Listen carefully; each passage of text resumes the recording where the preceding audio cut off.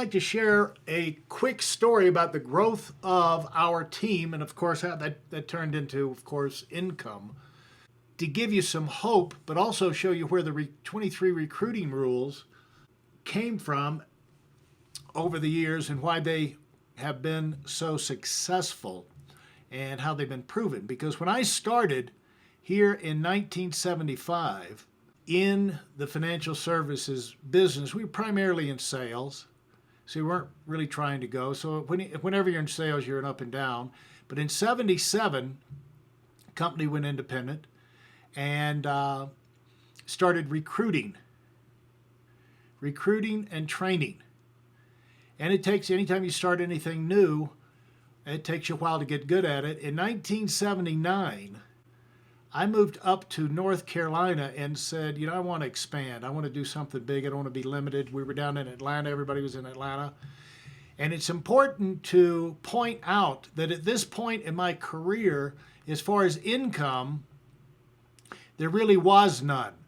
Zero. I've got the income of being on food stamps and unemployment. Why was I on food stamps and unemployment? Because I graduated from Georgia Tech in 71, went in the construction business, career was taking off, but the oil embargo hit. There was nobody buying houses because they couldn't get mortgages, so I got laid off. All of a sudden, my income, which was going up, very exciting, went down to nothing. So I found myself with my wife that didn't work outside the home and 2 boys on food stamps, wondering what am I going to do with the rest of my life. So I said, well, I'm going to get in financial services. That's more stable, but you're on commission, so you got to be able to produce.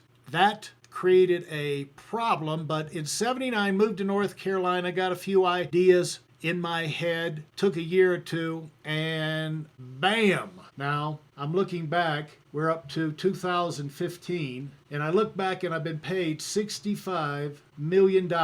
From food stamps to $65 million paid so far in the last 5 years. Everything's still strong. Where did that come from? Well, in 79, 80, 81, 82, we had really an explosive growth, and it started because of some things we put in place. The question I want to point out here, I just want to show you what happened during this period. What happened? This laid the foundation for everything that came after. Put the fundamentals in place. This is what happens when you're in the right industry, in the right country, right opportunity. So when I went up there, here I was. I was up here, only the lonely, all by myself, didn't know anybody. So when I moved up there, didn't know anybody, didn't have a friend, started making friends, didn't have any big reserve of money, but I had a dream. And I had to be insane because there was no way financially. It's like you can't prove that, you could prove that a butterfly can't fly or a plane can't fly logically, but they do anyway. Well, you could prove that financially I wasn't able to make this happen, but I did.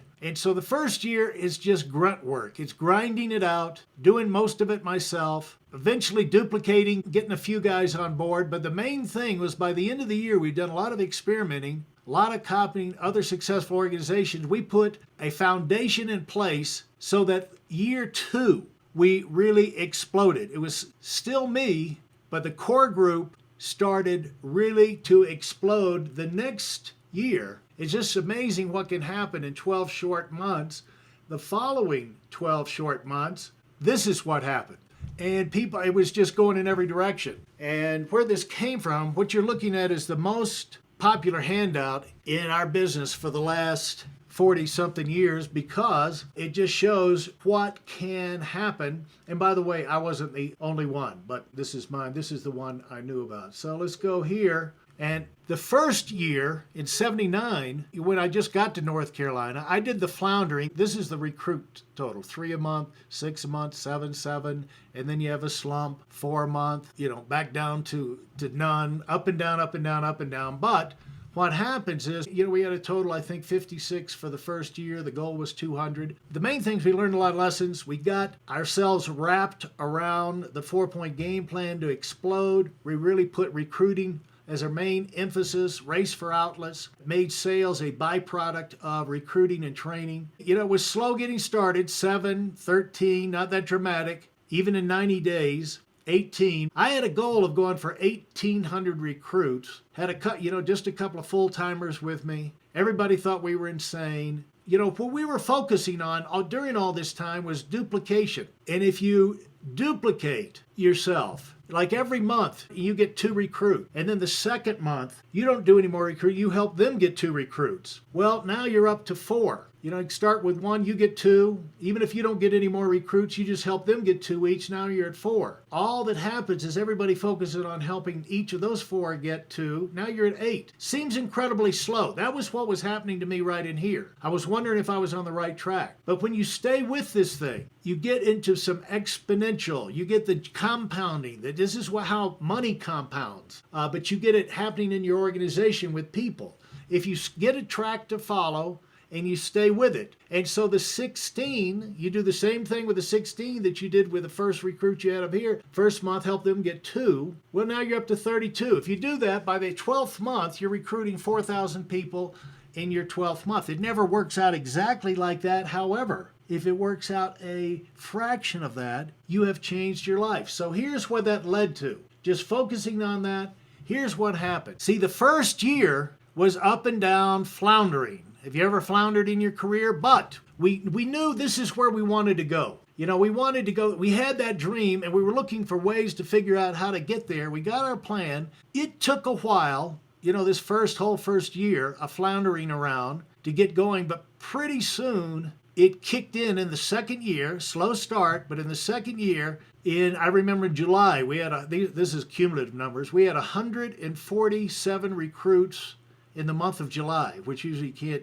do anything. 235 in September, 300. On we went through the year. As a result, in this year 2 in 1980, we had the 1,782 recruits. We kept it going. We just stayed on the same game. When you get something that works, folks, stay with it. And it's easy to get sidetracked. You got to be tough and not allow yourself to get diverted. But if you stay on track, here's what can happen. In the second year, we had 7,000. And what that turned into is just under 9,000 recruits in year 3. And as a result, the fourth year, we recruited 15,000. That turned into 24,000 recruits in 4 years. Now, if this didn't work, or this was a house of cards, you know, you got to recruit quantity to get quality. You got to have a real company, a real stability to yourself to stay with it, to keep people with you. But when you do, you can keep on compounding.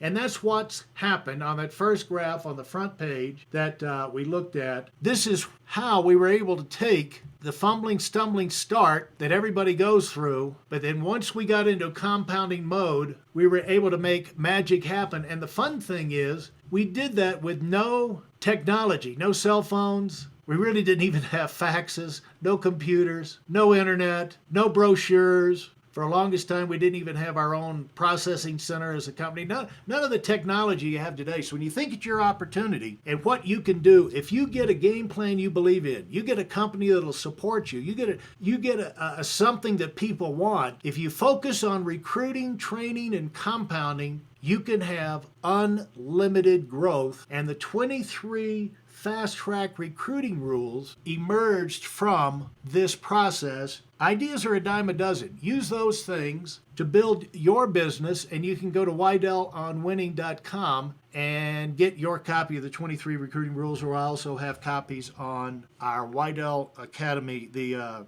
YouTubes here, and the 4-point game plans that we use to make this happen. We've got videos on that. So if you're interested, if you like this, want some fresh ideas, take a look at it. But that's my story, folks. It happened. It can happen to you. If you have questions on this, you want follow-up, just send them in to me and I'll try and get as quick as possible a chance to answer you back. One more thing for those of y'all who are interested how this went step to step. You know, you have to figure things out as you go. For those of y'all who are interested in the backstory on this thing, I'm going to do a follow-up video, basically a behind the scenes, and hit some of the highlights. Here's for an example. Before I moved to North Carolina, here's where I started. I was a downline manager, and that's where I was like recruiting 3 people a month, you know, making a minimum amount of 14 sales a month, about a sale every other day, limping along $3,000 or $4,000 a month income. That's where I started when I left Atlanta. If you look at it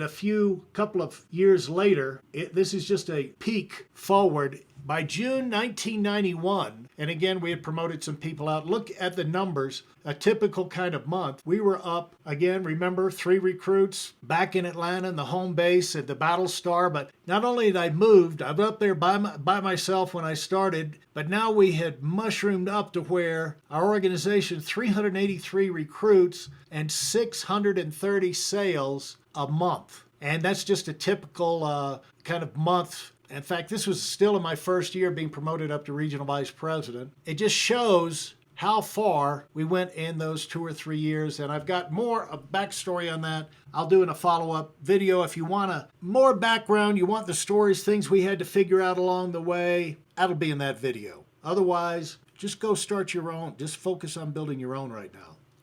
Do it big.